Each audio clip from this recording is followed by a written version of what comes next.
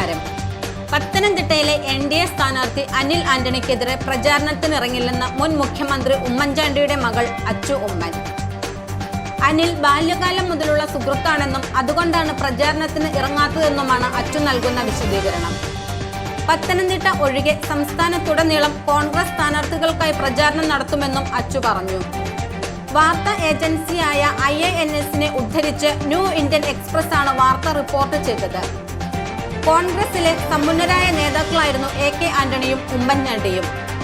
ഇരുവരും സുഹൃത്തുക്കളായിരുന്നു. കഴിഞ്ഞ വർഷമാണ് ഉമ്മൻചാണ്ടി അന്തരിച്ചത്. കോൺഗ്രസ് ക്യാമ്പിനെ ഞെട്ടിച്ചാണ് അനിൽ ആന്റണി BJPയിൽ ചേർന്നത്.